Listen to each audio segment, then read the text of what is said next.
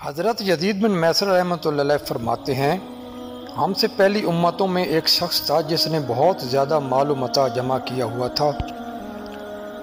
اس کی اولاد بھی کافی تھی، طرح طرح کی نعمتیں اسے میسر تھیں۔ کثیر مال ہونے کے باوجود وہ انتہائی کنجوس تھا، اللہ پاک کی راہ میں کچھ بھی خرچ نہ کرتا، ہر وقت اسی کوشش میں رہتا کہ کسی طرح میری دولت میں اضافہ ہو جائے۔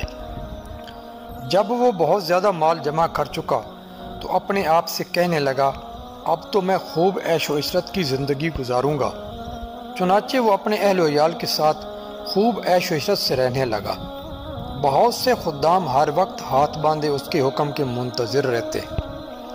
الغرض وہ ان دنیاوی آسائشوں میں ایسا مگن ہوا کہ اپنی موت کو بالکل بھول گیا۔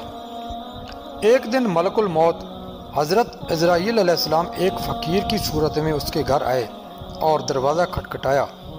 غلام فوراً دروازے کی طرف دوڑے اور جیسے ہی دروازہ کھولا تو سامنے ایک فقیر کو پایا۔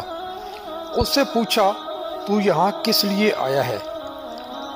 ملک الموت نے جواب دیا، جاؤ اپنے مالک کو باہر بھیجو، مجھے اسی سے کام ہے۔ خادموں نے جھوٹ بولتے ہوئے کہا، وہ تو تیرے ہی جیسے کسی فقیر کی مدد کرنے کے لیے باہر گئے ہوئے ہیں۔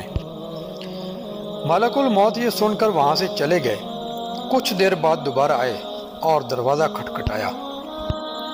غلام باہر آئے تو ان سے کہا، جاؤ اور اپنے مالک سے کہو میں ملک الموت ہوں۔ جب اس مالدار شخص نے یہ بات سنی تو بہت خوف زدہ ہوا اور اپنے غلاموں سے کہا، جاؤ اور ان سے بڑی نرمی سے گفتگو کرو۔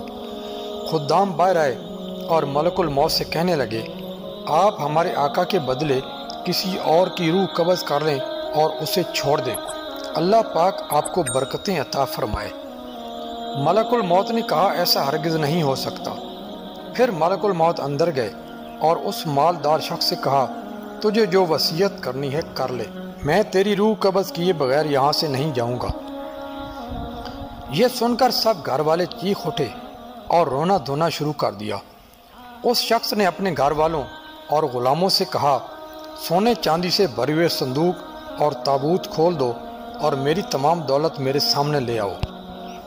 فوراً حکم کی تعمیل ہوئی اور سارا خزانہ اس کے قدموں میں ڈھیر کر دیا گیا۔ وہ شخص سونے چاندی کے ڈھیر کے پاس آیا اور کہنے لگا، اے ذلیل و بدترین مال، تجھ پر لعنت ہو، تو نے ہی مجھے پروردگار عز و جل کے ذکر سے غافل رکھا، تو نے ہی مجھے آخرت کی تیاری سے روکے رکھا۔ یہ سن کر وہ مال اس سے کہنے لگا، تو مجھے ملامت مت کر، کیا تو وہی نہیں کہ دنیا داروں کی نظروں میں حقیر تھا؟ میں نے تیری عزت بڑھائی، میری ہی وجہ سے تیری رسائی بڑے بڑے بادشاہوں کے دربار تک ہوئی، ورنہ غریب اور نادار لوگ تو وہاں تک پہنچ ہی نہیں سکتے۔ میری ہی وجہ سے تیرا نکاح شہزادیوں اور امیر زادیوں سے ہوا، ورنہ غریب لوگ ان سے کہاں شادی کر سکتے ہیں۔ اب یہ تو تیری ہی بدبختی ہے کہ تو نے مجھے شیطانی کاموں میں خرچ کیا، اگر تو مجھے اللہ عز و جل کے کاموں میں خرچ کرتا تو یہ ذلت اور رسوائی تیرا مقدر نہ بنتی۔ کیا میں نے تجھ سے کہا تھا کہ تو مجھے نیک کاموں میں خرچ نہ کر؟ آج کے دن میں نہیں بلکہ تو زیادہ ملامت اور لعنت کا مستحق ہے۔